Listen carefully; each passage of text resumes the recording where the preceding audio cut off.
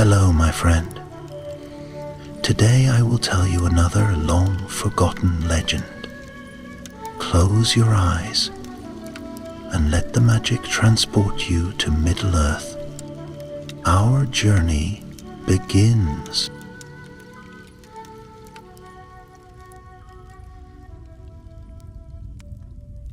In the hush of evening, when the skies above Eriador shift from gold to violet, Captain Halros of the Rangers stood on the edge of a weathered hillock, gazing at the distant ruin of Barad. The shattered spire of the dark tower loomed like a broken tooth against the horizon, its foundations sunk deep into the earth of Mordor, yet still radiating a palpable dread. Halros's cloak fluttered in the breeze, and by his side, Taranil, the Gondorian scribe, adjusted a bundle of parchments and scrolls in his satchel. "Are you certain of this, Captain?" came Taranil's soft voice, threaded with concern.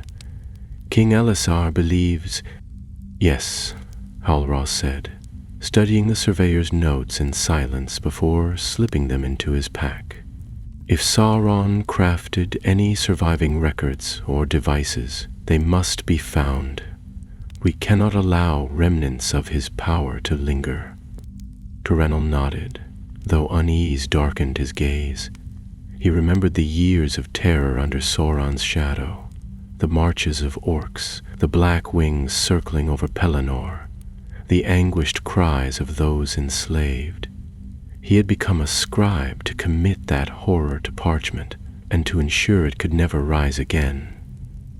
But hearing tales of what might yet linger in Barad, it weighed on his heart. Down the hill and into the valley they walked, their steps soft on ash and cracked basalt. The land carried whispers of Sauron's malice, and though the ring was gone, the cursed ground did not forget. Rangers had come before, had mapped corridors, tested ruins. None had returned with certainty. So Halros rode with two trusted men, Arendor, a veteran of Gondor's guard, and Los, a young woodsman attuned to the movements of creatures both wild and unnatural. Taranil followed at a steady pace, his satchel steady against his hip, his eyes alert to every shift of shadow. At the gate of Barad they paused. Two great towers stood with facades ruined yet resolute. Black stone still absorbed the light, refusing reflection.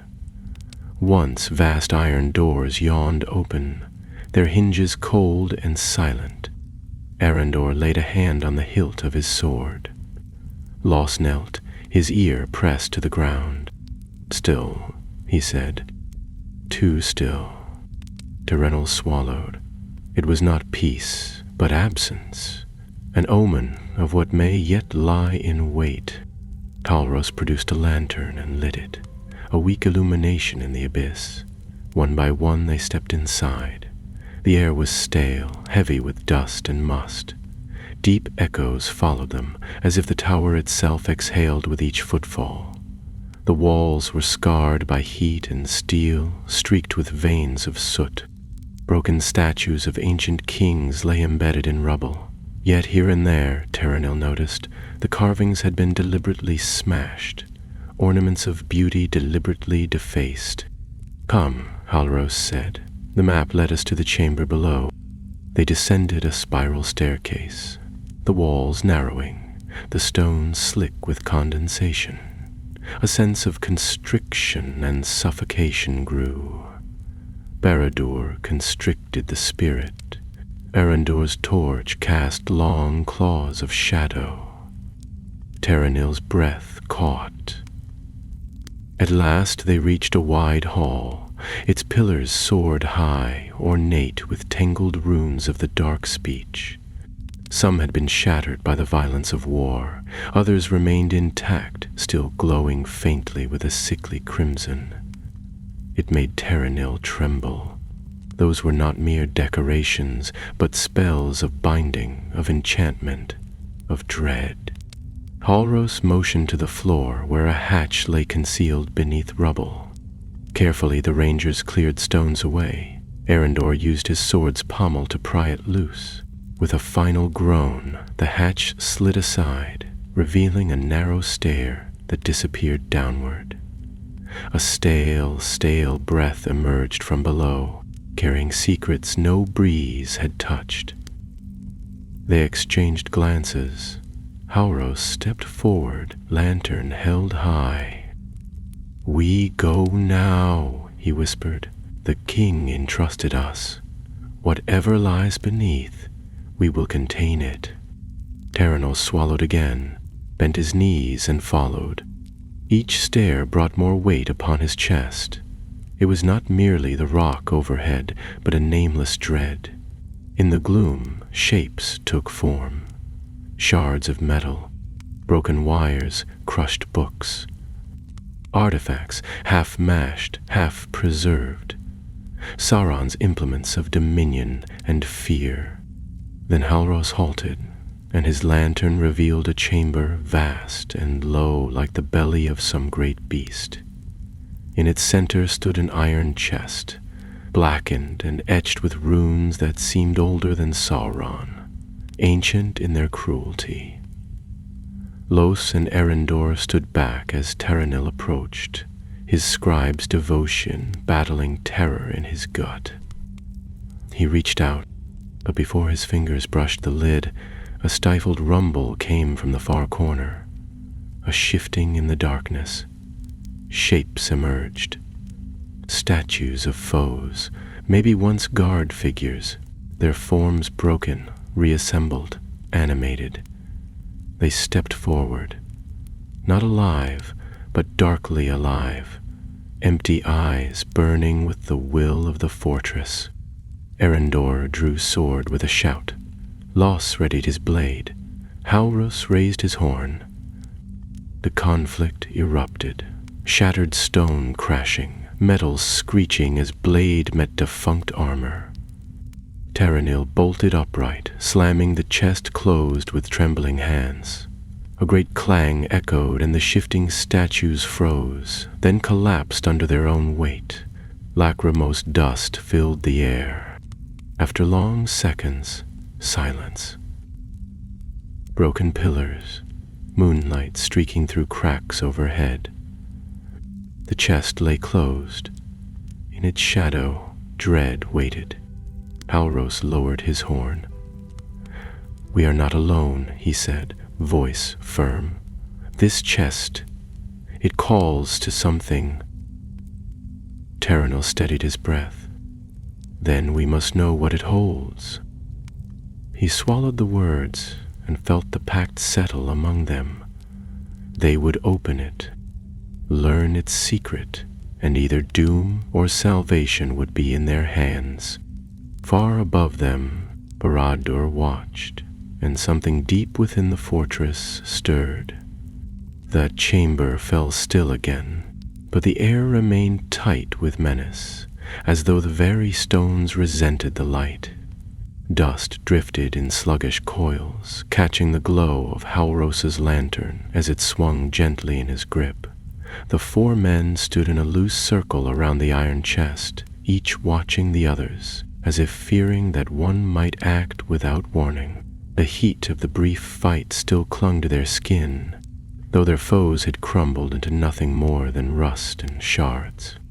Halros's voice was low but resolute. "We open it together.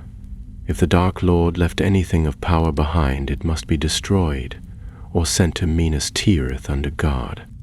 Erendor sheathed his sword with a grim nod. "Then best we see the truth of it, before the truth finds us first."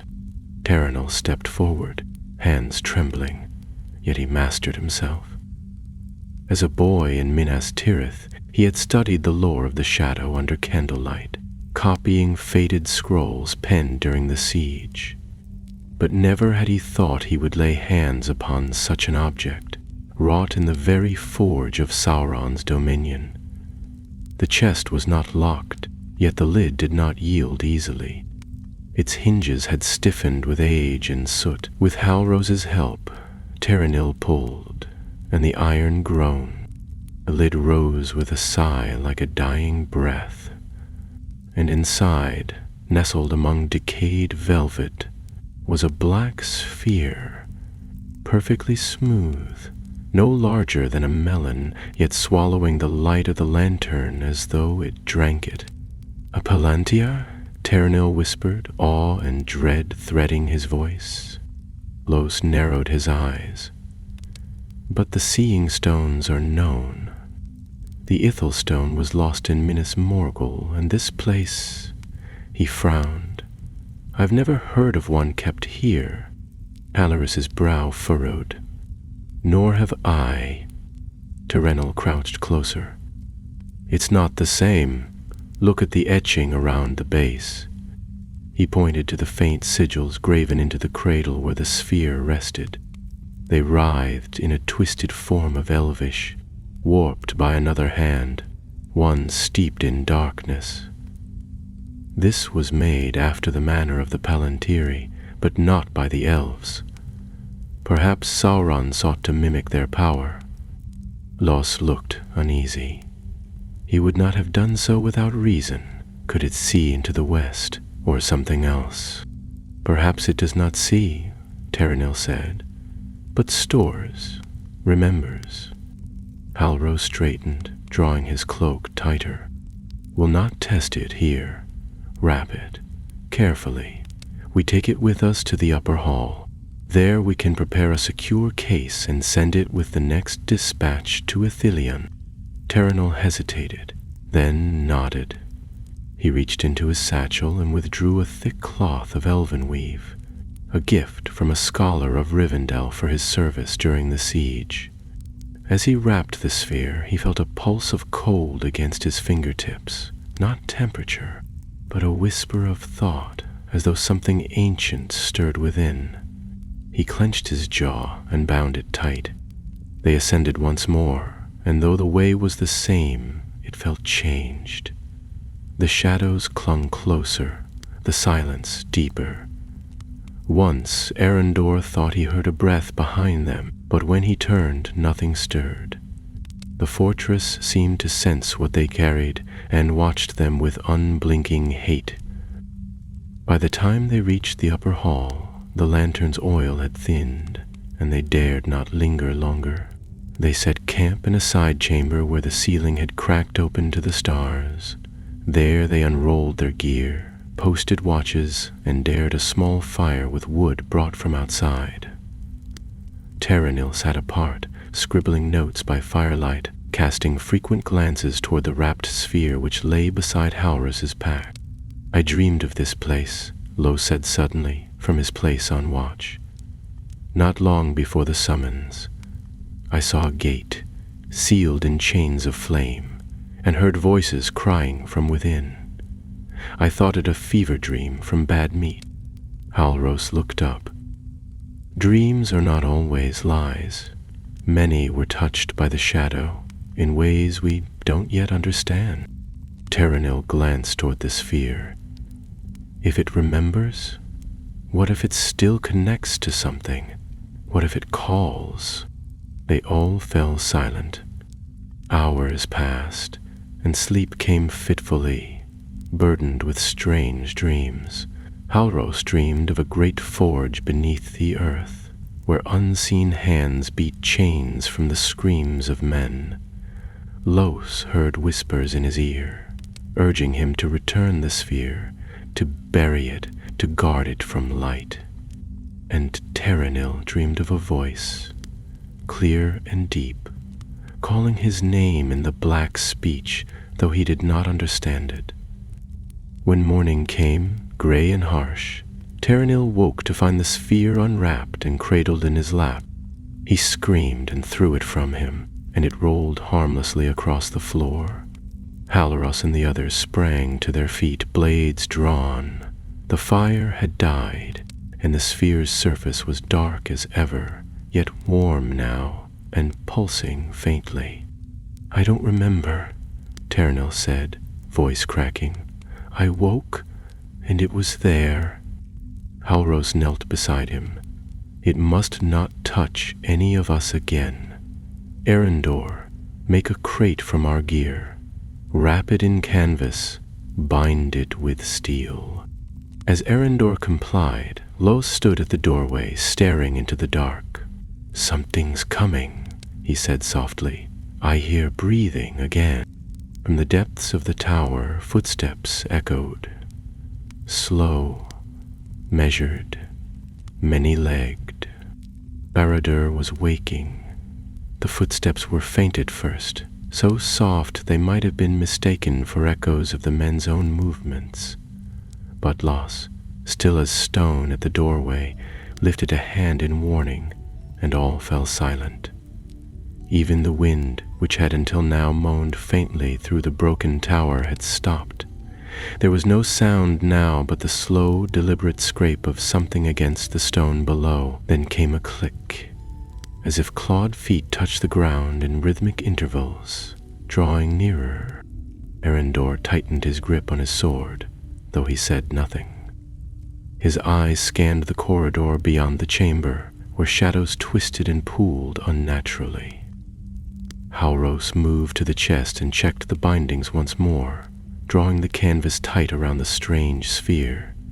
Terenil stood in a corner, pale and rigid, clutching a dagger he did not know how to use. The sound came again, louder now. Not footsteps of a man or orc. It was heavier, like limbs dragging, clicking. Los moved back into the room and shut the door softly.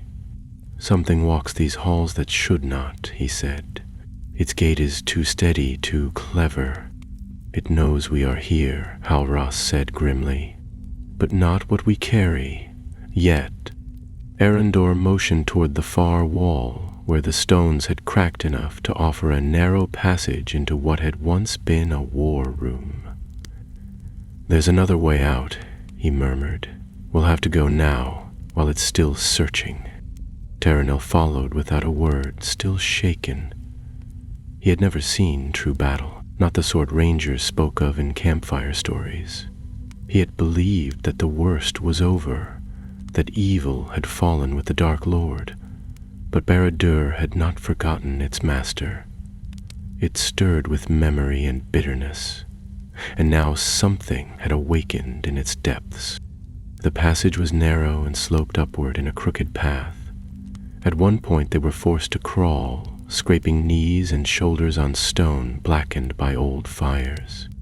Behind them, the sound of pursuit ceased, replaced by a sudden gust of wind, foul and cold, that seemed to rise from nowhere. It howled through the corridor and extinguished their torch, plunging them into pitch black. "Hold your place," Halros whispered. "Do not speak, do not move." They waited. Minutes passed like hours. Then, faint as breath, a whisper came, not from any one direction, but from all around them. It was not in Western or Elvish, but they understood it all the same. "Give it back.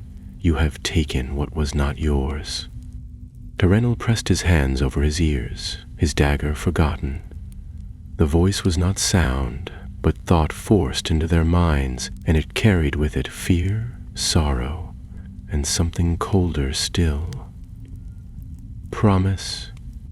I was shoved forward, dragging the group by instinct alone. At last the tunnel widened, and pale daylight filtered through a broken gap in the outer wall. They emerged into a high gallery overlooking the plains of Gorgoroth. From here, the remnants of Sauron's armies had once gathered, before sweeping westward in conquest. Now it was desolate, wind-carved, but no less threatening. The view offered no comfort. "We can't go back down," Los said. "Whatever that was, it's guarding the way now." Halros knelt and examined the path ahead. A series of broken archways led along the outer wall, with sheer drops to one side. He looked up. "If we move quickly, we can reach the western stairs. There's a direct descent through the eastern bastion. We'll lose the creature if we keep to the light." Erendor helped Terenil to his feet. "You must stay strong, scribe. Whatever's in that sphere, it wants you to yield." "I know," Terenil muttered. It calls to me, not just with fear. It tries to speak as if it were reason, knowledge. It shows me things, stars, towers, the sea. I don't know if they're real. Don't trust it, Arendor said. Even truth can be poison if it's spoken by the enemy. They pressed on. The high passage creaked and groaned beneath their feet, parts of it crumbling under the weight of time. Twice they had to leap broken sections where the floor had collapsed. The sun above was shrouded by heavy clouds, casting all of Mordor in a gray twilight. Still, the light was better than the dark, but the tower had not released them yet. As they crossed the fourth archway, a shape emerged from the wall ahead. It unfolded from shadow, long-limbed, with a body like blackened bone and eyes like coals pressed deep into its skull. It bore no weapon, yet it moved with purpose, as if its very presence was a threat. The air grew colder. Halros stepped forward, hand on his sword. "Speak if you can." The creature tilted its head. "You carry what was forged in silence," it said, voice like the grinding of tomb doors. "It is not yours. You cannot wield it. You cannot even name it." "We do not seek to wield it," Halros replied, "only to see it sealed away where none can use it again."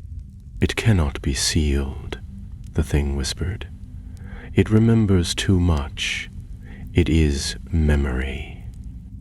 With no warning, it lunged. Halros met the charge, blade flashing. The creature moved with eerie speed, but Arendor was quicker, intercepting it with a two-handed strike. Metal rang against bone like flesh, and the thing reeled, screeching. Los fired an arrow into its shoulder, staggering it further, but it did not bleed. Instead, it shuddered and reformed, its limbs twisting unnaturally as it advanced again. "Run!" Halros shouted. "To the stairs!" They turned and fled, Terenil clutching the sphere's wrappings close, heart pounding. The creature howled behind them, but the sound was swallowed by the wind as they reached the stairwell and began their descent.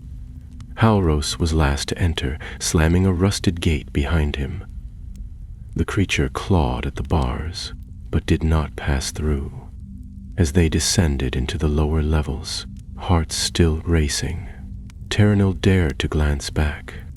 The creature had vanished, but its words remained.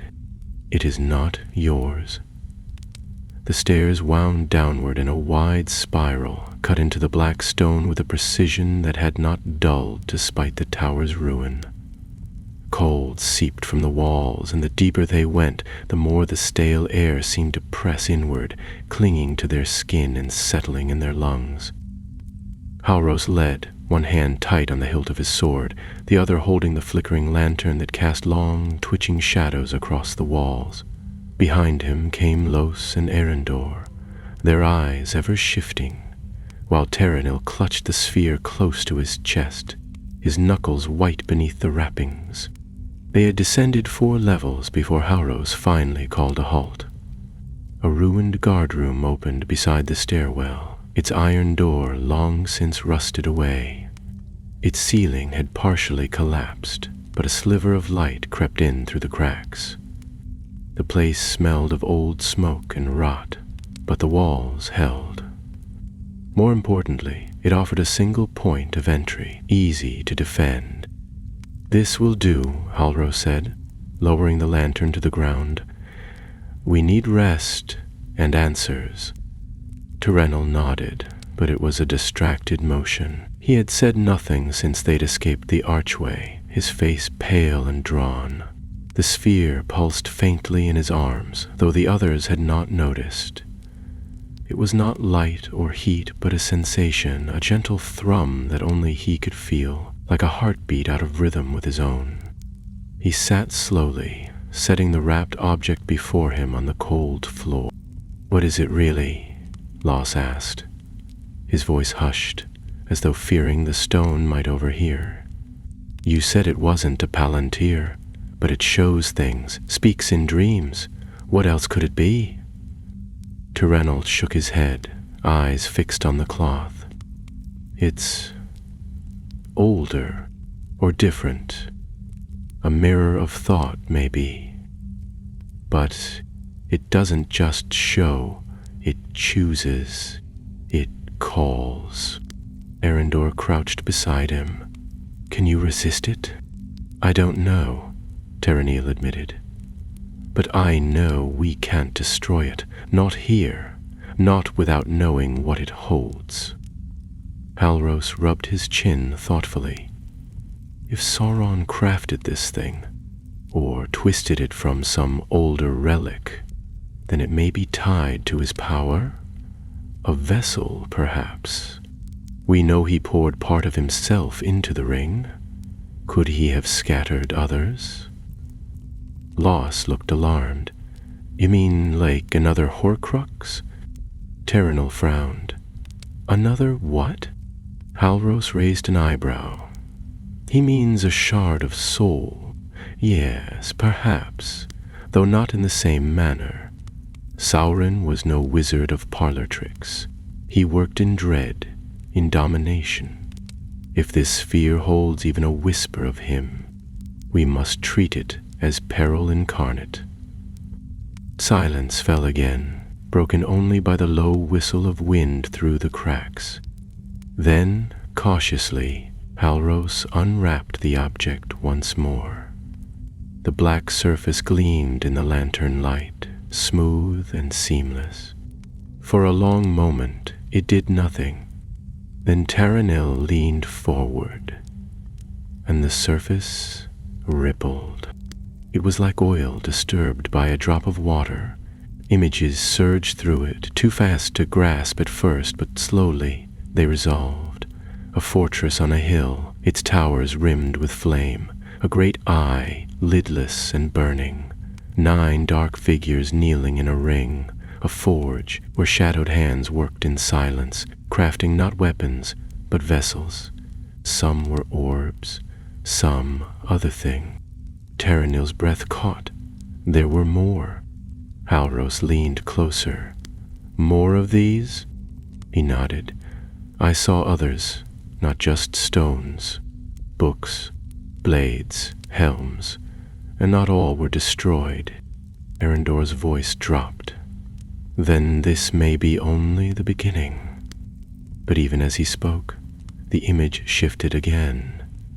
Now a chamber appeared, circular, with a high ceiling and walls inscribed with runes of warding.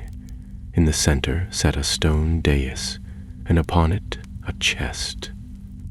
Not the one they had found, but larger, reinforced with bands of mithril. It pulsed with the same strange power. Tyrrell recoiled. It's here. That room. It's in Barad. We haven't found everything. Halros stood, all thoughts of rest forgotten. Then we go deeper. But the thing guarding the lower levels, Los began, only for Halros to cut him off. We came to uncover what remains. We cannot leave now, not if something worse lies hidden. This stone may be the key. If it shows us the path, then we follow it, before someone else does. Tyrrell wrapped the sphere again, his fingers trembling slightly. If we follow, it may lead us where it wants us to go, not where we should. Perhaps, Halros agreed. But that's the cost of duty. They left the room behind and resumed their descent. The stairs turned tighter, steeper, and soon the carved stone gave way to raw, rough-hewn corridors. The air grew thicker, as though they stepped not into depth, but into time itself, down through the layers of Mordor's black history. Faint echoes teased their ears, voices that never resolved into words, only murmurs.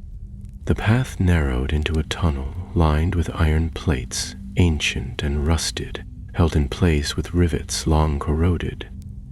Here the lantern's light seemed weaker, as if the darkness resisted it. Finally, they reached a sealed archway, its door marked with the sigil of the lidless eye. It was cracked but intact. "This is the place," Terranil whispered. "I recognize it from the vision." Halros tested the door. It groaned on its hinges, then yielded. Within was the chamber they had seen, circular, high-ceilinged, with walls carved in symbols none of them could decipher. In the center sat the great chest, still sealed. Around it were 4 pedestals, each bearing a relic covered in cloth. The air felt thin here, charged. As they stepped inside, the doors slammed shut behind them, and all torches went out at once. In the dark, the sphere pulsed again, and something whispered, close at hand, "Welcome, I have been waiting."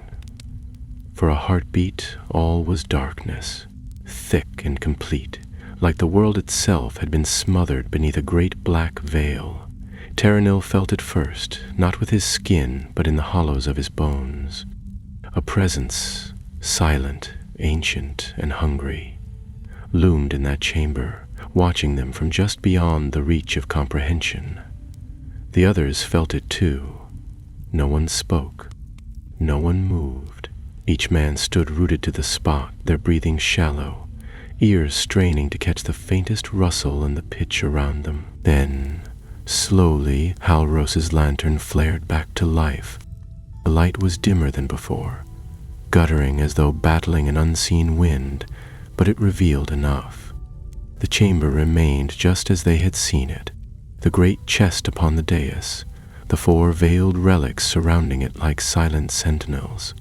But now, the walls shimmered faintly with a sheen like oil on water, and the sigils carved into them seemed to move, their curves twitching subtly as if responding to the light. Terranil's hand hovered near the wrapped sphere in his satchel, and he realized with growing alarm that it was warm again. Warmer than before. Halros took a step forward, his voice even but taut with tension. "Is someone here?" The chamber did not answer with voice or movement, but the feeling of being watched deepened, like unseen eyes studied them from the seams in the stone.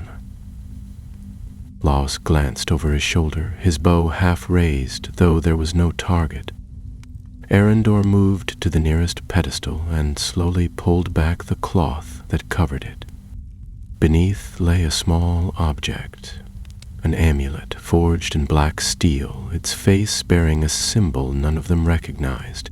It pulsed faintly, not with light, but with a sensation of heat and pressure, like something imprisoned within longed to be free. Arendor replaced the cloth immediately, muttering under his breath, "It's wrong. Whatever that is, it's wrong." Terranil stepped toward the chest at the center of the room. It was large, iron-bound, and covered in dust that seemed not to have stirred in decades. He hesitated. The sphere in his satchel was pulsing now like a heartbeat, in rhythm with his own, though he knew it could not be alive. "We should not open that," he said softly, eyes on the chest. "The sphere wants us to, that much is clear. It showed us this room. It led us here." Halros moved beside him, his hand resting lightly on the hilt of his sword. "And if it contains something that must be sealed forever, then we leave it untouched," Terranil said, glancing at him. "We return with more mages, lore masters, those who understand the craft of warding. We cannot handle this alone." "But if it contains a weapon," Los argued, coming to stand on the other side of the dais, "one that could fall into the wrong hands, then we risk losing it forever. This place is not as abandoned as we thought." Arendor remained silent, standing by the pedestal with the amulet. His gaze was fixed on the far wall, where the light of the lantern fell unevenly. The wall appeared to ripple, not like a curtain of water, but like something hidden behind a veil that had begun to thin. Slowly, he raised a hand and pointed. They all turned. A shape moved within the stone, not upon it, but inside it, as if the wall itself was becoming transparent. It was a figure, cloaked in shadow, tall and featureless, standing as though waiting. As they watched, its hand extended, long fingers curling upward in a beckoning gesture. Halros drew his blade. The figure did not move. "It's not real," Terenil whispered. "It's a memory, or a projection, like the visions in the sphere." "But whose memory?" Los asked, backing away. In that moment, the wrapped sphere in Terenil's satchel flared, not with light, but with pressure, a wave of force that buckled his knees and sent him tumbling backward. The satchel flew from his shoulder, and the cloth-wrapped orb rolled across the floor, coming to rest at the foot of the dais. The wrappings burned away. Now the sphere lay bare once more, and this time they all saw it awaken. Shadows coiled within its surface, not reflections, but movements. Shapes twisting and crawling, merging into a face. It was no face of flesh, but a silhouette, carved in flame and smoke, framed by a crown of jagged iron, and in the depth of its formless eyes burned a cold, distant fire. A voice echoed across the chamber, and though none of their mouths moved, they all heard it. "You bring me light, so I may remember." The temperature dropped. Frost crept across the floor, webbing outward from the base of the sphere. Terenil scrambled backward, heart pounding. "It's him," he whispered. "Not whole, but a piece." The face in the sphere tilted slightly, like a man studying an insect. "You fear the past, but you have no idea what is buried here." Halros raised his sword, though it seemed a paltry thing against such presence. "We know what you are, and we will see you destroyed." The sphere pulsed again. The walls of the chamber began to hum, low at first, then louder, a sound like distant thunder caught in stone. "Destroy me?" The voice mocked, softer now, more intimate. "What is broken cannot be slain. What is forgotten cannot be buried. I left more than fire behind. I left a future." The shape in the wall vanished. The sphere grew dark again. Then the chest at the center of the room shuddered. It was not a trick of the eye. All four of them stepped back as the lid creaked upward an inch, dust pouring from the edges. From within came a sound, low, wet, and shivering, a breath taken in after long, long silence. Halros barked, "Seal it now." Arendor and Los rushed forward, trying to force the lid down, but it resisted, as though something within wanted to rise. Terenil ran to retrieve his satchel, fumbling for the wrappings. "Cover the sphere again. Don't let it see." The pulse ceased, and the lid stilled. The silence that followed was deeper than any that had come before. But now they all felt it. Something lived in that chest, not born of blood or bone, but of will, of purpose, of Sauron's vast and venomous cunning. A vessel unfinished, a future unclaimed. But not for long. Halros wiped sweat from his brow, breath ragged. "We take the sphere and go. That thing is bound for now. But not forever." Terenil, hands still trembling, wrapped the orb in what was left of the elven cloth.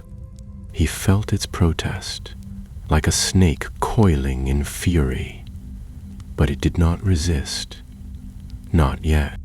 Los helped Arendor reinforce the chest seals with lengths of chain they'd brought in case they encountered traps. It would not hold forever, but it would buy time. As they turned to leave, the voice whispered once more, "You are not the first to walk these halls. You will not be the last." And the light fled behind them.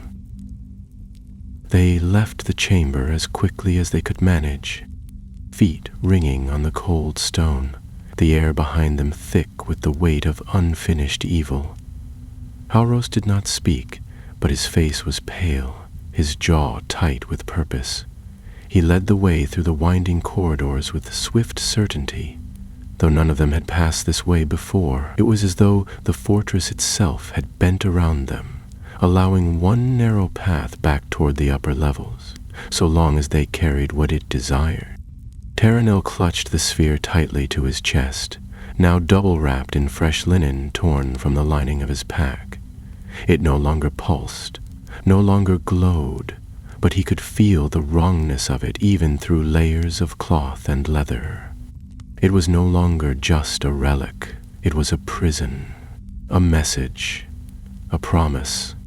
They climbed in silence for some time, navigating narrow halls and ancient stairways that wound past crumbling halls and long-forgotten rooms filled with debris. The deeper levels of Barad had not seen torchlight in decades, and perhaps never since the tower's fall. Everything they passed bore the mark of fire and violence. Ceiling beams charred black, archways half collapsed, stone twisted and melted from some intense and unnatural heat. Taranil shivered as they passed one corridor whose walls had been lined with alcoves, each one carved with symbols he could not decipher. In each recess stood the charred remains of what had once been a figure, orc or man, he could not tell. But all had fallen as though they'd been struck down mid-prayer. Halros paused at the end of the corridor, his lantern casting strange shadows through a shattered doorway. Beyond it, a chamber opened up with a wide balcony. The air here was clearer, if only by comparison. Above, they could see the fractured remnants of the tower's upper tier, open now to the sky and choked with tangled vines and rubble. "We make camp here," he said at last, setting down his gear near the far wall. "One more night, then we leave with the dawn." Los looked hesitant. "You think the thing in the chest will stay quiet?" "No," Halros replied simply. "But we can't carry both the sphere and whatever that was, and we can't carry it out at all, not without more than 4 men. Taranil lowered himself to the ground and exhaled slowly. What even was it? It wasn't a person, not really, and it wasn't finished. "I think it was meant to be a body," Arendor said, casting a glance back toward the way they had come. "A vessel to hold whatever memory or spirit was bound in that sphere. Sauron wasn't trying to create another ring. He was trying to build a host, one that could contain a remnant of himself." Taranil's mouth went dry. "You think he planned for the ring's destruction?" "No," Halros said grimly, "but he planned for failure. He always did. That was his strength. He set snares for every future he could imagine. We destroyed the ring, but perhaps not the last of his designs." A long silence followed, broken only by the whistle of wind curling through broken stone above them. Night had begun to fall, though it was difficult to tell in Mordor. The land did not follow the rhythm of dawn and dusk the way the west did. Here, twilight seemed to linger too long, like a breath held too tightly. The men lit no fire. They did not speak of dreams or warmth or home. Each kept to his thoughts. Taranil could not sleep. He lay against the wall with the sphere in his arms, and though it had cooled, he felt it whisper to him, faint murmurs in languages he did not know, yet understood. The images came again when he closed his eyes. A white tower cracking in the wind, ships burning on black seas, a forest shrouded in snow where no birds sang. He saw faces, some familiar, some not, all twisted with fear, and he saw himself, older perhaps, standing alone atop a mountain, the sphere cradled in his hands, a crown of iron before him. He awoke with a gasp and sat upright, heart thundering. The others stirred at once. Erendor drew his sword halfway from its sheath, but Terenil shook his head. "A dream," he muttered, though the word felt hollow. "You cried out," Las said, rubbing his eyes, "and not in Westeron." "I don't remember what I said," Terenil admitted. "It wasn't you speaking," Halros said, his voice low and hard. "I know what it sounds like when a man's mouth is used by something else." No one responded.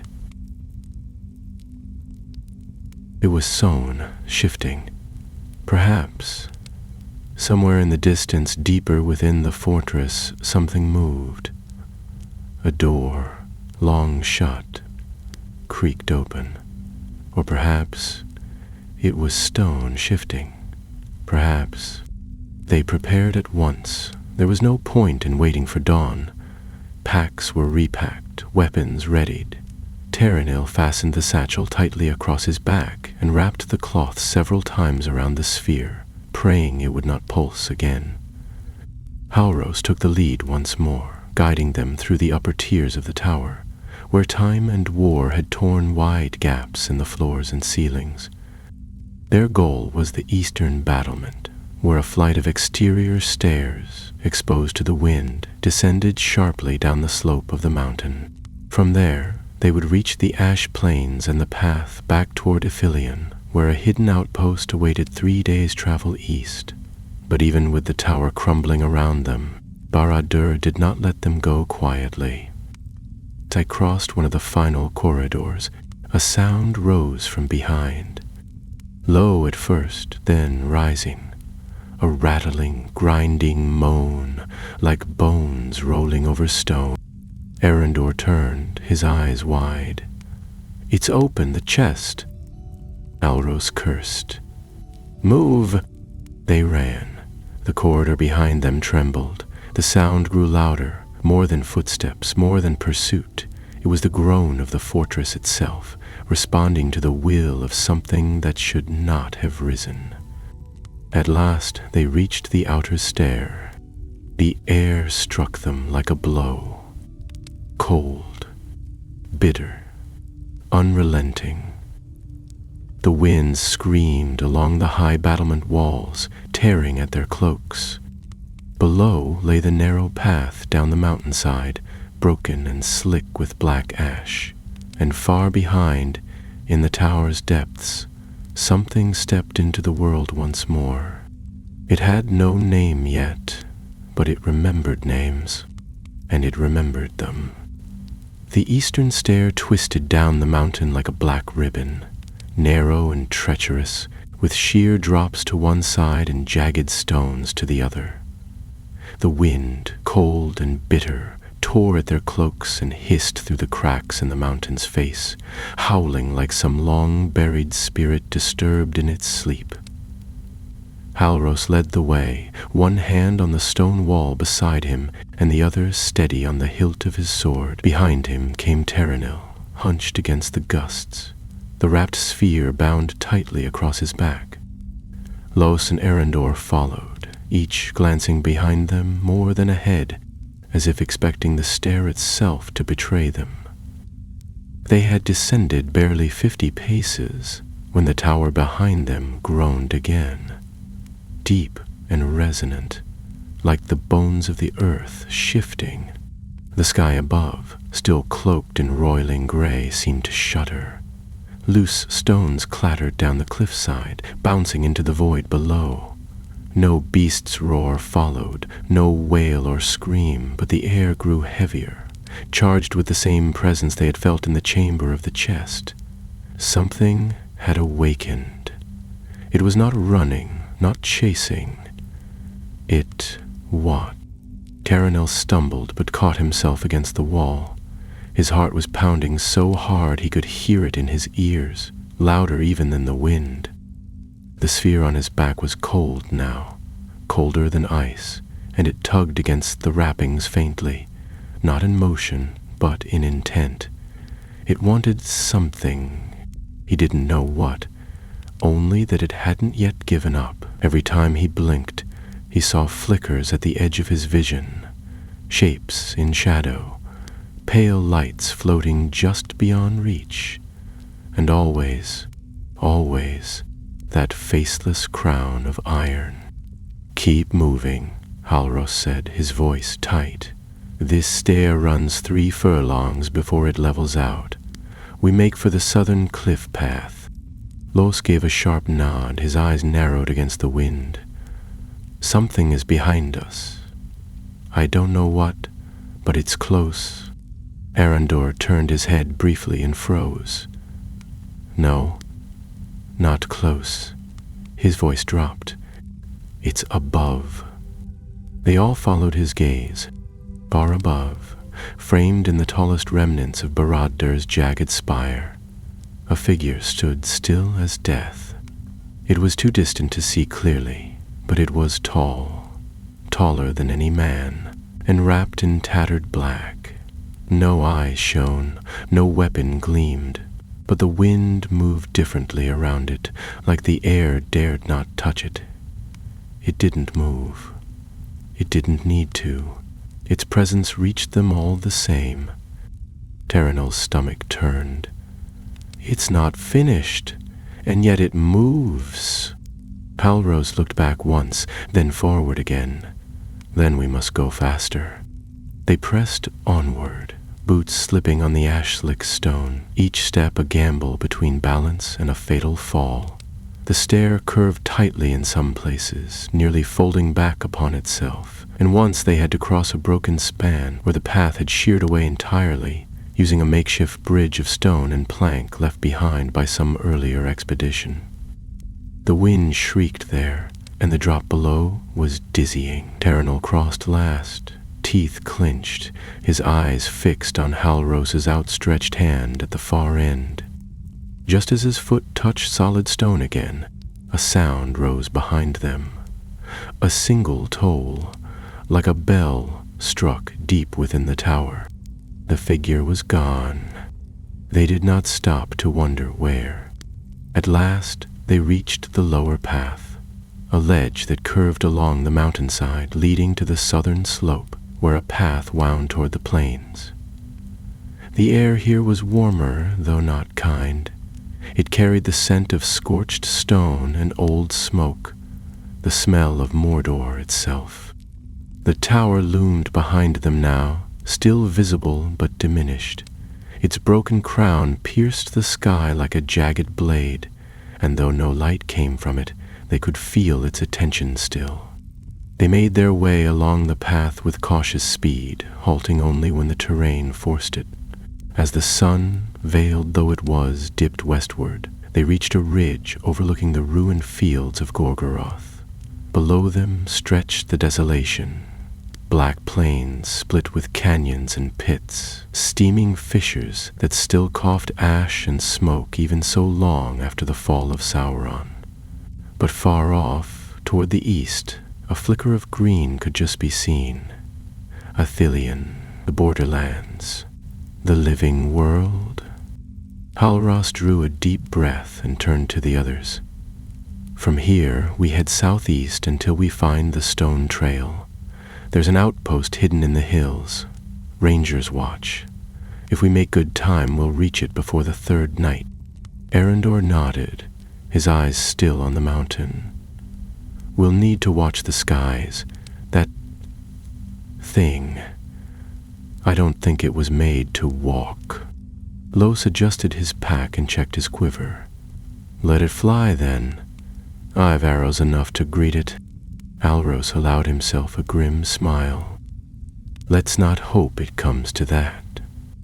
They set off again, descending the ridge in a careful single file. As they moved, the landscape shifted from jagged obsidian to the scorched remains of old battlefields. They passed rusted helms, broken blades, and bones long left unburied. The wind here spoke in strange tones, whistling through spear shafts like flutes, and more than once Terranil thought he heard his name whispered from nowhere. He clutched the sphere tighter, trying to ignore the whispers, but they grew bolder with each step east. When they made camp that night, they did so in a hollow between 3 boulders, where the wind passed them by. Halros ordered no fire. The sky above was blank, a starless void. The only light came from the faint glow of coals they kept hidden beneath a rock plate, just enough to warm water and chase away the sting of cold. Terranil sat with his knees pulled close, staring into the dark. "I saw it again," he said quietly, "in my dream. That same figure. No face, just the crown. And this time it spoke." Halros looked up. "What did it say?" Terranil hesitated. "It said, 'You were always meant to carry me.' And then, 'You are my path.'" And the others were silent. At last, Halros spoke. "It's trying to claim you. Speak to you as if you're chosen." "I know," Terranil whispered. "That's what frightens me most." Above, unseen by them, something drifted high across the night sky, silent, shapeless, but not forgotten. The tower watched still, even from afar, and the thing born within its depths had begun to remember its purpose. By morning the wind had softened, and the sky, though still gray, bore a faint golden hue where the sun crept above the eastern peaks. The warmth was faint, but the sight of it filled the company with a cautious hope. They broke camp at once, and without ceremony pressed eastward across the scorched plain. The remnants of ancient battlefields stretched around them in every direction, fields where the armies of Mordor had once gathered, their banners black against the smoke-filled sky. Now only silence reigned. No carrion birds circled, no insects stirred. The land itself seemed to be waiting, as though aware that something long buried had begun to stir again. Terranil walked near the middle of the group, his gaze fixed on the horizon, though he saw little of it. His mind wandered in the half-trance of exhaustion and fear, and always, in the back of his thoughts, the sphere whispered. It did not speak in full sentences anymore, nor show him visions, but it murmured just enough to keep him from rest. Names he had never heard drifted into his dreams. Places he could not place rose before his eyes, and that figure, tall, faceless, crowned, remained behind his eyelids every time he blinked. Halros had noticed. He said little, but his glances toward the young scribe had grown more frequent.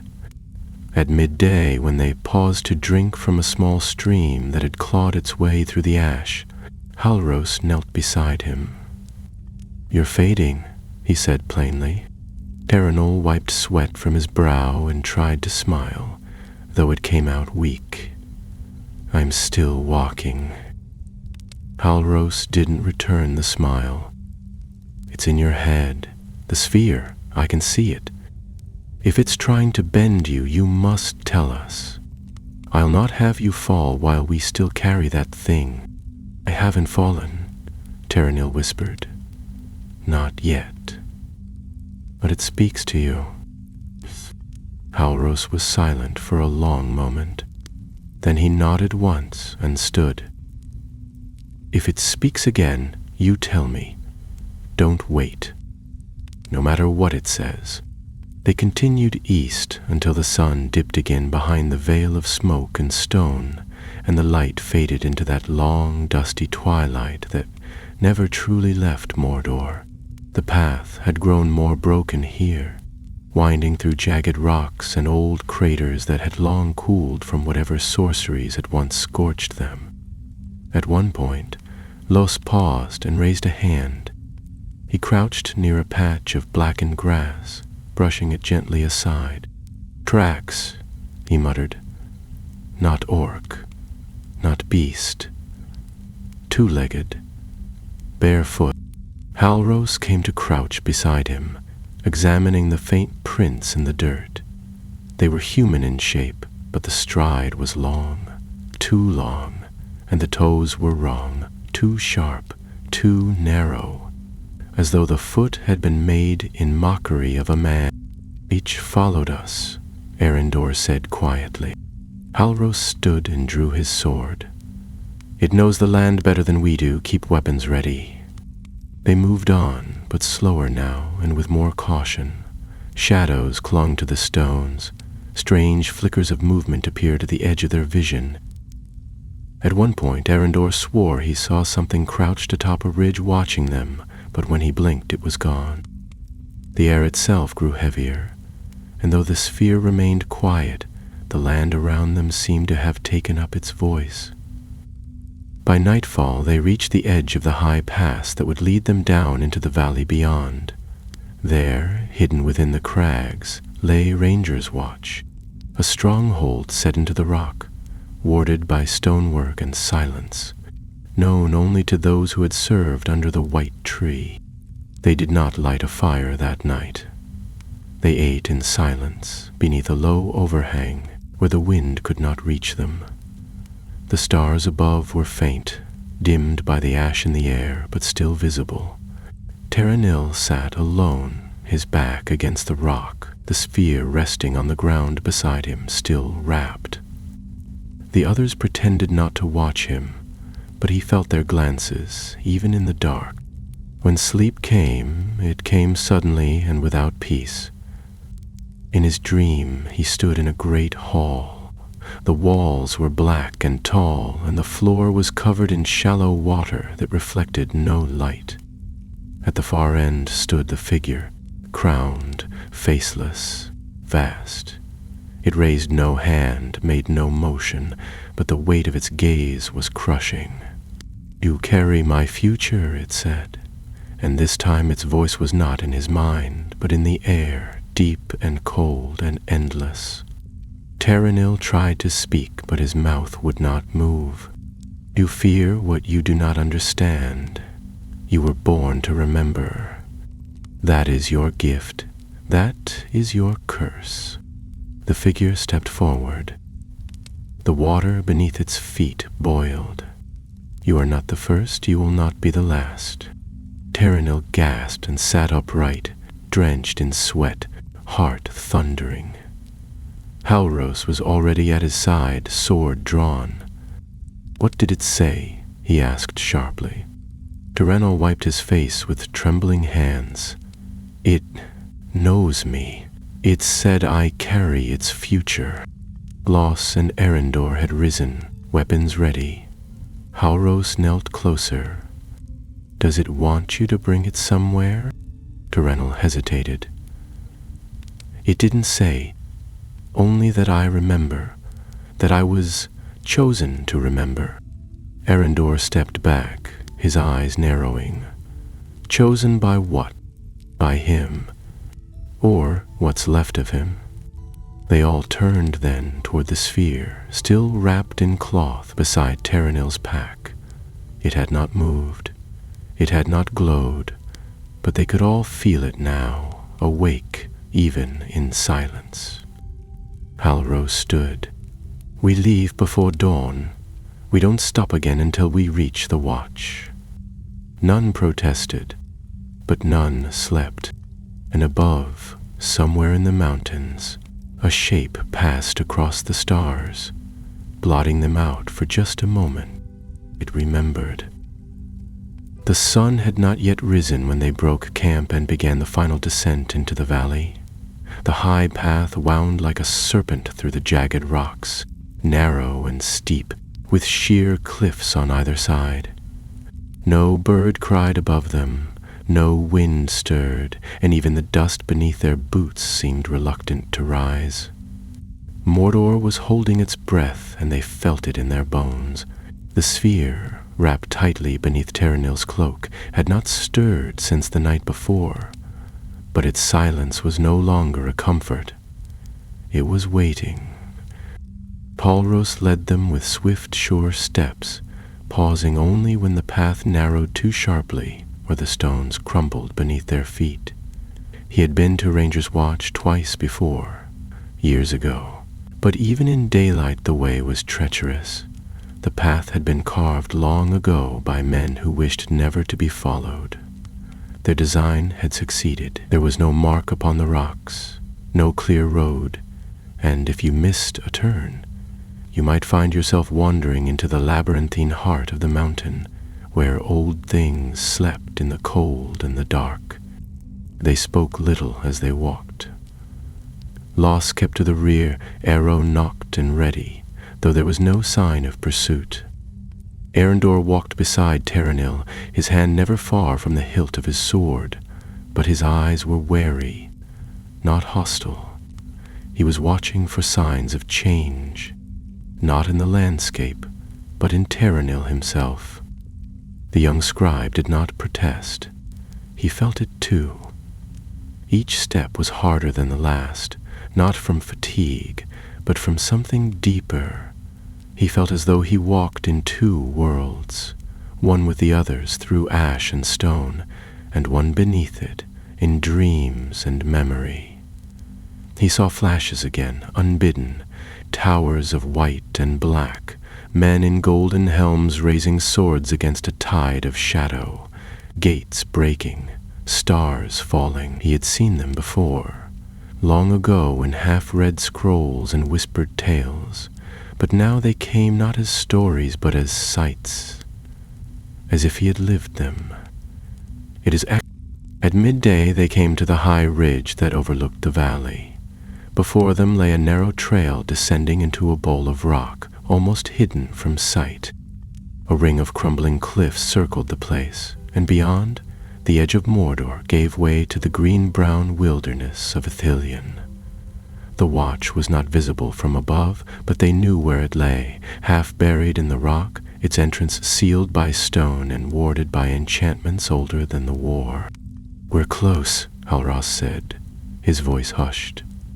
"Another mile, no more. Then we can rest behind true walls." Arendor nodded, and Los loosened his grip on the bowstring. For the first time in days, there was relief in their steps. They had not gone more than 100 paces when the world shifted. It was not a sound, not a quake, but a feeling, like a breath drawn in by the earth itself. The air grew heavy, the light dimmed, though the clouds above remained unchanged. A pressure settled over them, like a great weight pressing down from above. Terenil staggered, grabbing at the rock beside him to steady himself. "Something's wrong," he said, voice strained. "It's waking." Halros turned sharply. "Where?" Terenil's eyes had gone distant. Not behind, not ahead, below. Before Halros could speak, the ground at the path's edge cracked with a sharp, dry sound. A hairline fracture split the stone, running along the trail in both directions.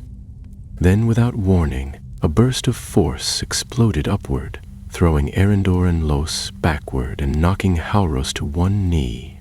Terenil fell hard, the satchel torn from his back, and the wrapped sphere rolled from its bonds, coming to rest on the bare rock, uncovered. His pulsed.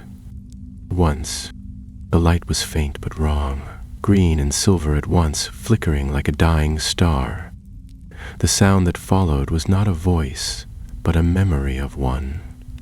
Cold, distant, and filled with ancient will. Comes. From the fracture rose a shape, black and tall, wreathed in dust and ash.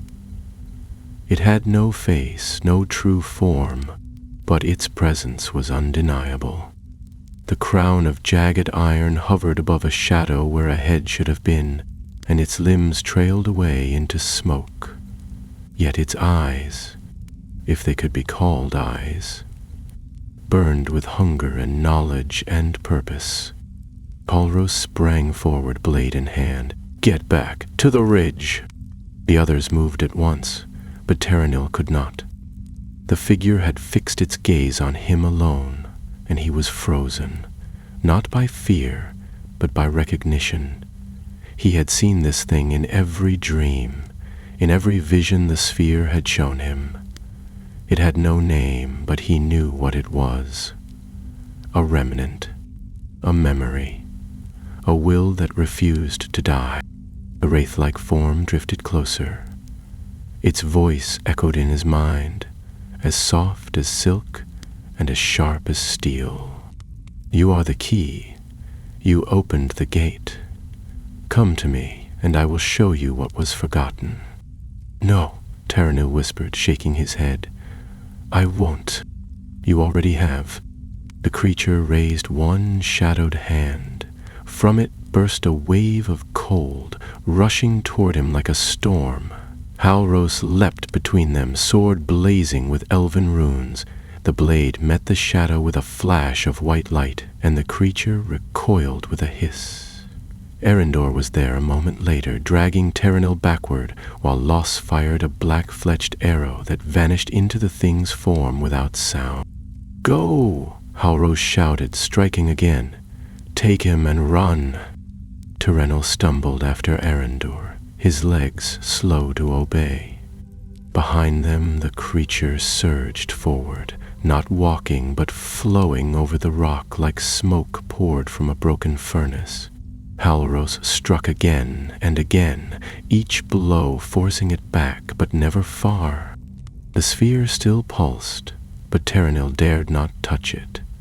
He reached for the cloth, wrapping it as best he could as they ran. The weight of it seemed heavier now, not just physical, but spiritual, as though it dragged at him from the inside. They reached the base of the ridge and found the watch gate, an unmarked wall of stone, ancient and seamless. Halros came last, panting, his sword's edge scorched with frost. The creature did not follow.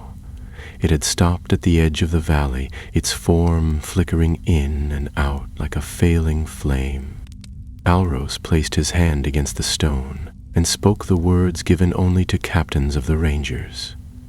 The wall shimmered, then parted with a deep rumble, revealing a narrow tunnel beyond.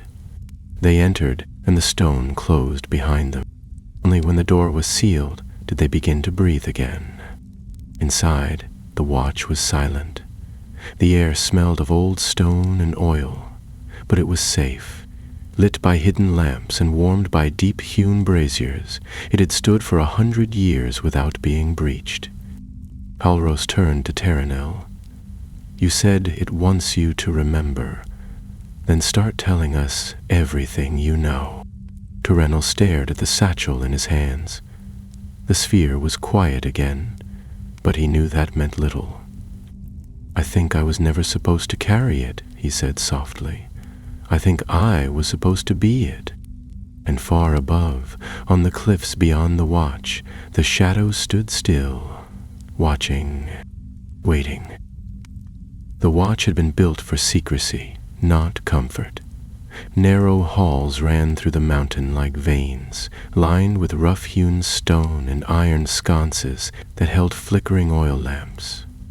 There were rooms within, some fitted for rest, others for storage, and a few deep chambers where scrolls and artifacts were locked away behind doors that bore the sigils of the White Tree and the 7 stars. It had served as a hidden stronghold for the Rangers of Ithilien since the War of the Ring, known only to a few and spoken of in whispers even among the captains. Now, after their long passage through shadow, it felt like a place apart from the world entirely, untouched. Halros led them into one of the lower rooms, where a table stood beneath a hanging lantern. Maps were rolled and tucked along the walls, and a rack of weapons, unused yet polished, rested nearby. The air was cool and still, and for the first time in days they allowed themselves to breathe without the taste of ash. Sit, Halros ordered, glancing back at Terenil. Now speak, all of it. Terenil lowered himself into the nearest chair, though it creaked under his weight. He looked pale and drawn, but there was something clearer in his eyes now. Something not quite strength, but resolve. The sphere lay before him on the table, swaddled tightly in the last of the cloth. He did not look at it. He looked only at Halros. I don't know where it came from, he began, his voice hoarse. Not exactly, but it was made to hold something more than memory. I think Sauron knew the ring might fail him. I think he feared it, even as he trusted it above all things. So he made this, a vessel not to contain his power, but his will, his knowledge, his plans. I think it was his last safeguard. Halros nodded once. That much we guessed. But it wasn't complete, Terenil continued. Whatever it was meant to do, it required something more. Someone more. A guide. A mind to unlock it. And somehow, it chose me. Los leaned forward, arms crossed. How? Why you? I don't know, Terenil admitted. But I've always remembered things. I can recite entire texts I read once as a child. I remember the exact tone of a voice, the way the light fell on a page, the smell of ink. I never thought much of it, just a quirk. But I think maybe it isn't just memory. Maybe it's some kind of echo. The sphere showed me things I couldn't have known. Events long past, places I've never seen, but I felt them as if I had... Arendor stood near the door, watching the hall. You said it spoke to you. What did it say? Terenil swallowed, his fingers twitching slightly. It said I was the key, that I was always meant to carry it, that I opened the gate, and that I would remember what others had forgotten. Halros studied him carefully. It means to use you, twist your gift into a weapon. Yes, Terenil said, his voice thin. But that's not all. It's waiting. It called the thing in the tower its future, but I think that creature wasn't meant to be Sauron. It was meant to hold what's inside the sphere, like a new shell, a new form, and I think it still means to finish what was started. There was a long silence. The lantern flickered above them, casting long shadows across the stone. Outside the watch, the world was quiet, but not empty. Finally, Halros spoke again. You said it wasn't complete, that it still needs something. Could it be that even now it's not finished? I don't know, Terenil said, but I think if it finds what it's missing, it will try again, and next time there may be no one left to stop it. Halros stood and paced the length of the room. He looked older than before, his brow furrowed in thought. We'll send word to Ithilien, then to Minas Tirith. The king must know. Galadriel once spoke of the enemy's cunning, how even in defeat he left seeds behind. This is one of them. Arendor turned. What if the thing outside doesn't wait for a message? It won't come down, Halros said.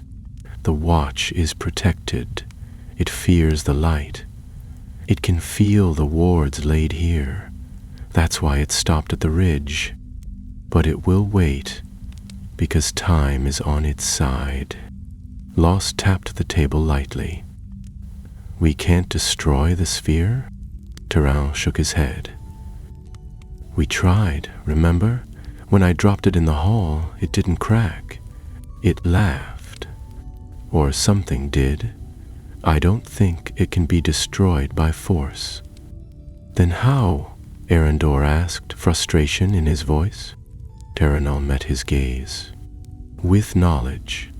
If this thing is a vessel for Sauron's memory, then maybe there's a way to unbind it, to scatter that memory, or trap it in a place where it can no longer speak.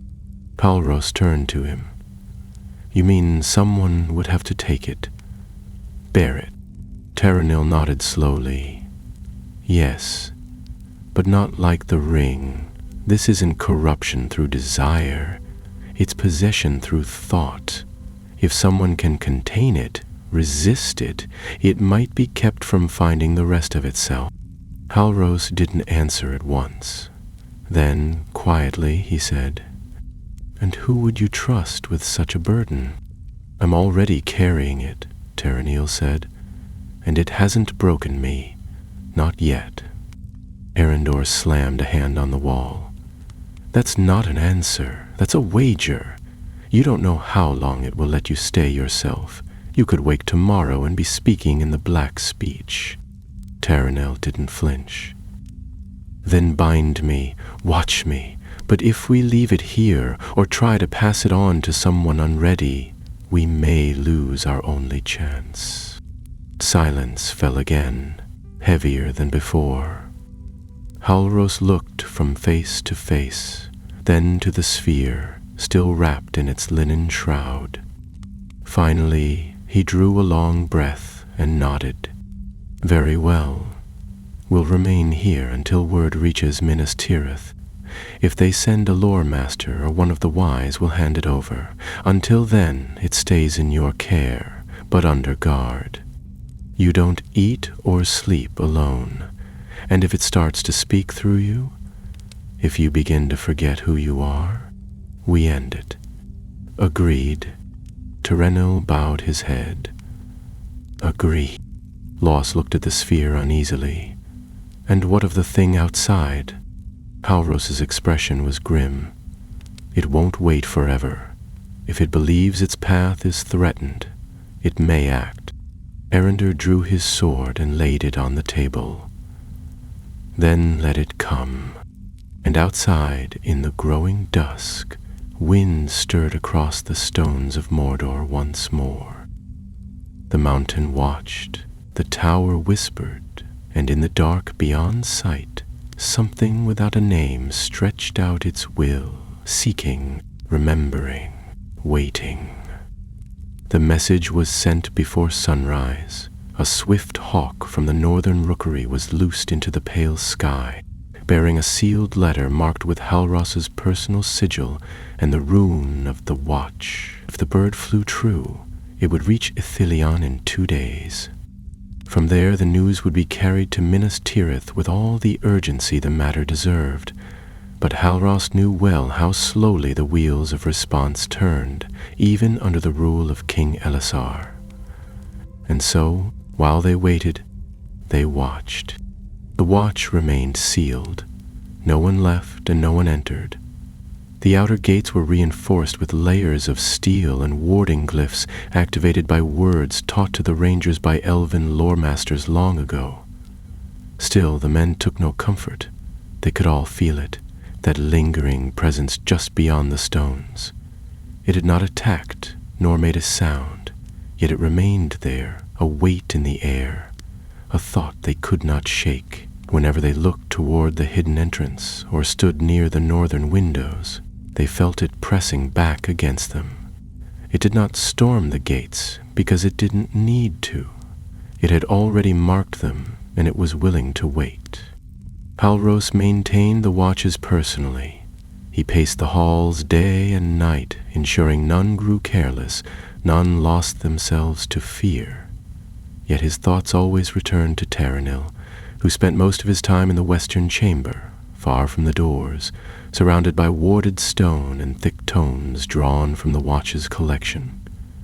He had asked for scrolls of Númenórean descent and any records of the Palantiri, as well as lore concerning Morgoth's servants and the crafts of forgotten ages.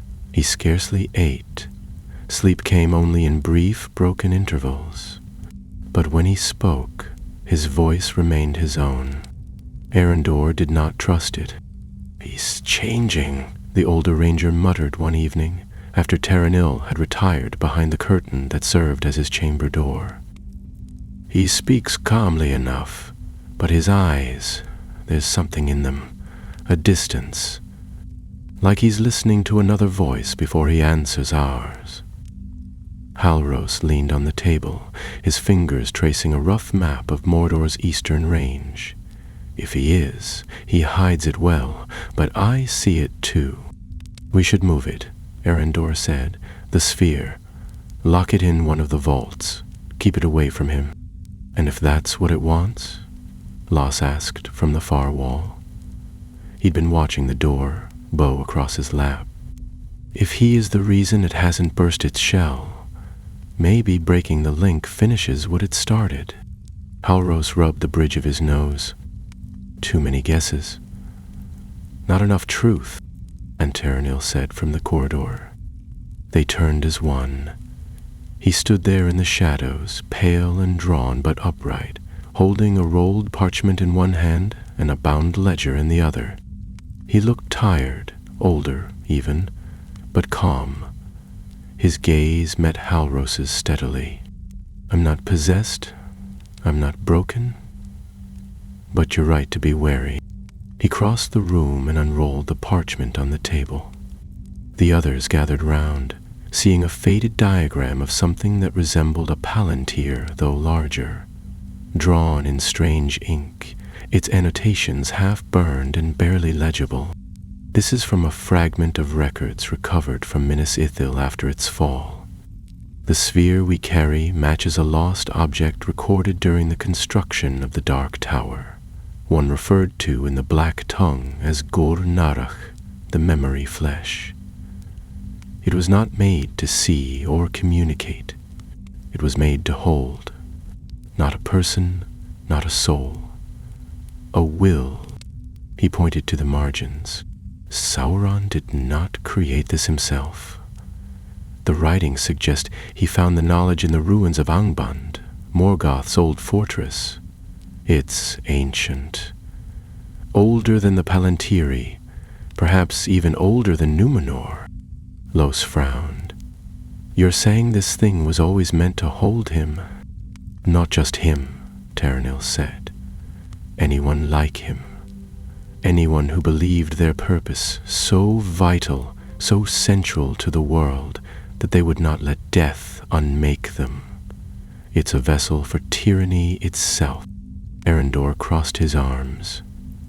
Then what stopped it from being used before? Taranil looked down at the sphere, now resting on a stone pedestal across the room. It was silent, dark, and still. It was never ready. It needed a host, not of body, but of thought. Someone who could carry the memory and survive. Someone whose mind was strong but empty enough to be filled. And I think I became that when I touched it. Not because I'm weak, but because I remember. Halros watched him carefully. And now? Is it in you? Taranil nodded slowly. Not fully, but it's trying. A sharp crack echoed through the walls. They froze. There came again, louder, stone shearing, as if something vast pressed against the outer cliff face. Dust sifted from the ceiling. Then a dull thud, heavy and distant, like a giant hammer striking earth. Arendor ran to the northern window slit and peered into the dark. The ridgeline, he said. It's moving. Halros joined him. What do you see? I don't know. Shadows. Not walking, flowing, like smoke caught in water. Outside, the dark was deeper than night, and from within it, shapes began to stir. They had no limbs, no eyes, no mouths, just outlines of movement, hollow, shifting forms that advanced with terrible silence. And at their center, a single figure walked, slow and certain. It bore the jagged iron crown. No blade hung at its side. It carried only presence, and it was more than enough. Taranil stepped forward. It knows I understand, that I've seen what's inside, and it's coming to take me. We can't hold the watch against that, Erendor said, voice tight. Halros turned to Los. How long since the hawk was sent? 2 days, maybe 3 until the first answer comes. We don't have 3, Halros said. Outside, the stones trembled again. A cry rose, not of man or beast, but something older, something that had slept too long beneath the ashes of Barad. The shadows thickened. We'll seal the vaults, Halros said at last, all but the central chamber. It's the strongest point. If it comes for Terenel, it will come through stone and fire to reach him, but we make it pay for every step. Terenel didn't argue. He stood before the sphere and placed a hand on its surface, and though it did not glow, the room seemed to dim around him. I'll hold it as long as I can, he said. Halros clasped his shoulder. Let's hope that's long enough. And above them, beyond the mountain's broken peaks, the stars faded from the sky, not from cloud or night, but from the shadow that had no shape, no name, and no master but itself. It had remembered.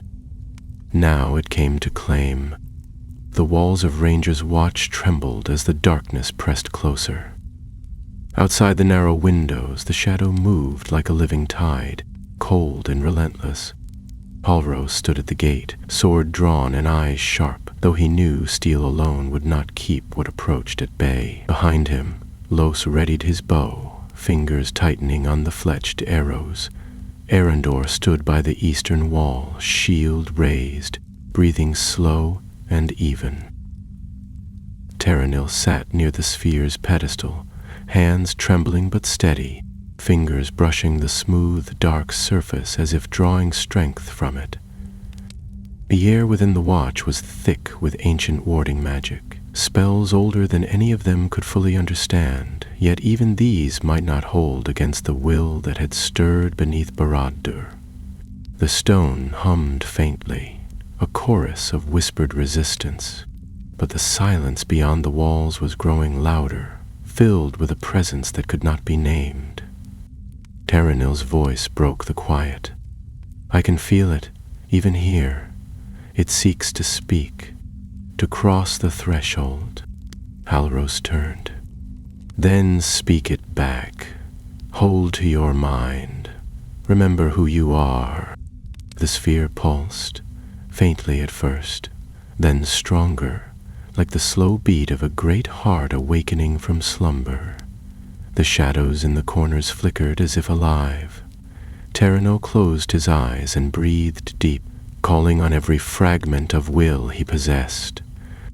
The voice came then, not through the air, but inside his mind, deep, ancient, resonant with power.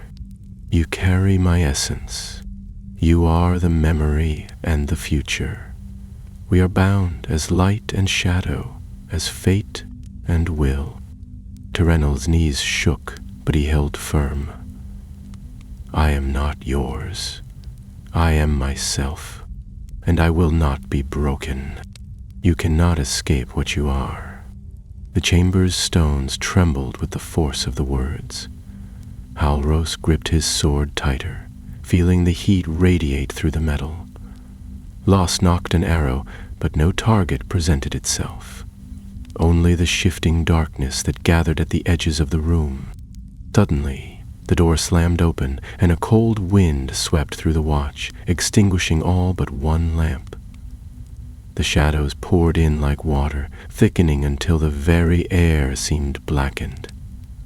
From the depths stepped the figure, tall and crowned in jagged iron, its form a twisting mass of smoke and fire, its eyes two burning coals.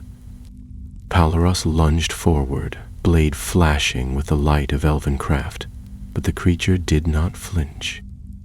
It moved with impossible speed, passing through stone and flesh like a shadow crossing a sunlit field. Arendor raised his shield just in time to catch a strike that shattered the wood and sent shards flying. Los loosed his arrows, but they passed through the thing, vanishing without mark. Terenel stood, heart pounding, the sphere glowing faintly in his hands. The voice whispered again, this time gentler, coaxing, "Come to me. Become whole. Together we can remake this world." "No," Terenil said, voice strong despite the fear. "Not while I breathe." The sphere pulsed brighter, and for a moment the creature recoiled as if struck. Holros seized the chance and drove his blade into the shadow, which hissed and twisted, then dissipated into smoke. The light returned, lanterns flickering back to life, and the watch held its breath. The creature was gone, but its voice lingered, faint as a breeze through dead leaves. "This is not the end. The past lives in every shadow. The future belongs to those who remember." Terenil sank to his knees, clutching the sphere to his chest. Halros knelt beside him, eyes fierce, but filled with compassion. "We will hold it," Halros said. Together. Outside, the first light of dawn brushed the broken peaks of Mordor. The watch stood firm, a beacon against the darkness. And somewhere, deep within the ruins of Barad, the shadow waited, patient as ever, bound but unbroken, promising that its secrets were not yet done with the world. The journey was over, but the story had only just begun.